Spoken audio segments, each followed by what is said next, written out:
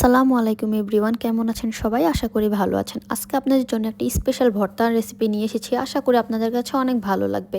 ভর্তা কার কাছে না ভালো লাগে, কিন্তু যদি হয় ইলিশ মাছের লেজের ভর্তা তাহলে তো কোনো কথাই নেই। এর জন্য আমি একটি বড় সাইজের ইলিশ মাছের লেজ নিয়ে নিয়েছি। এর উপরে কিছু লবণ, হলুদ,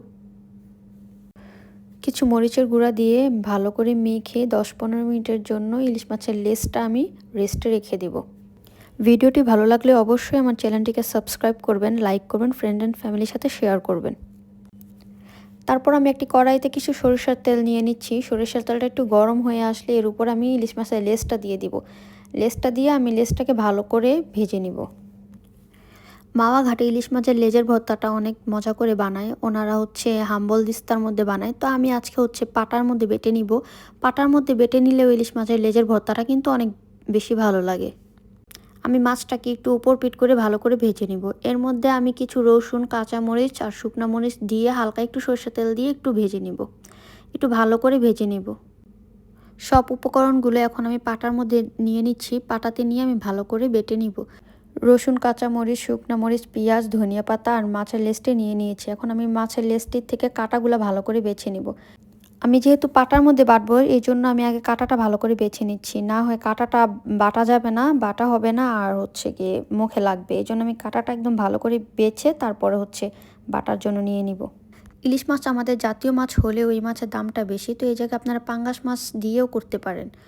তো এর জন্য আমি পেঁয়াজগুলোকে ভালো করে বেটে নিব। তো ভালো করে বাটা বলতে আমি একদম পুরোপুরি বেটে নিব না, আমি একটু আধা বাটা করে নিব, যাতে পেঁয়াজগুলো একদম বাটাও না হয় আবার একটু আস্তে আস্তে থাকে, এরকম করে পেঁয়াজগুলো বেটে নিব। তো এ পর্যায়ে আমি রসুন আর শুকনো মরিচ, কাঁচামরিচগুলি যে ভেজে রেখেছিলাম সেগুলি বেটে নিব। এগুলো আমি পুরোপুরি বাটবো না, এগুলো একটু আধা বাটা করেই নিব। আধা বাটা করে নিলে হয় কি, ভর্তাটা খেতে অনেক বেশি ভালো লাগে। সব কিছু পুরোপুরি বেটে নিলে ভর্তাটা খেতে বেশি একটা ভালো লাগে না, এই জন্য সব কিছু একটু আধা বাটা করে নিলে ভর্তাটা অনেক বেশি মজা হয়।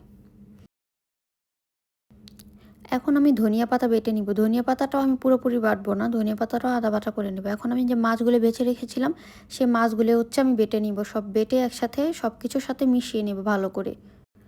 এখন আমি সব কিছু ভালো করে হাত দিয়ে মেখে মিশিয়ে নিচ্ছি। সব কিছু ভালোভাবে মিশিয়ে এখন আমি একটু হালকা করে বেটে নিব। আর একবার বেটে নিলে আমার ভর্তাটা প্রায় রেডি হয়ে যাবে। আপনারা কে কীভাবে ইলিশ মাছের ভর্তাটা বানান সেটা একটু আমাকে কমেন্টসে জানাবেন। আমি আসলে এইভাবেই বানাই। আর হাম্বল দিস্তা যেটা বানাই সেটা আমার ভালো লাগে না খেতে, এই জন্য আমি একটু পাটার মধ্যেই বানাই।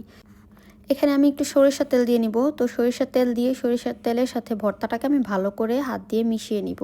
সরিষার তেল দিলে ভর্তাটা আরও বেশি ভালো হয়, সরিষার তেলের ফ্লেভার আসে আর ভর্তাটা খেতে বেশ ভালো লাগে। তো আমার ভর্তাটা এখানে রেডি হয়ে গিয়েছে, যে আপনারা দেখতে পাচ্ছেন আমার ভর্তাটার কালারটা অনেক সুন্দর এসেছে মাশাআল্লাহ। এই ভর্তাটি দিয়ে অনায়াসে 1 প্লেট ভাত শেষ করে ফেলা যাবে। তো আমার ভিডিওটি দেখার জন্য ধন্যবাদ। ভালো থাকবেন, সুস্থ থাকবেন। আসসালামু আলাইকুম।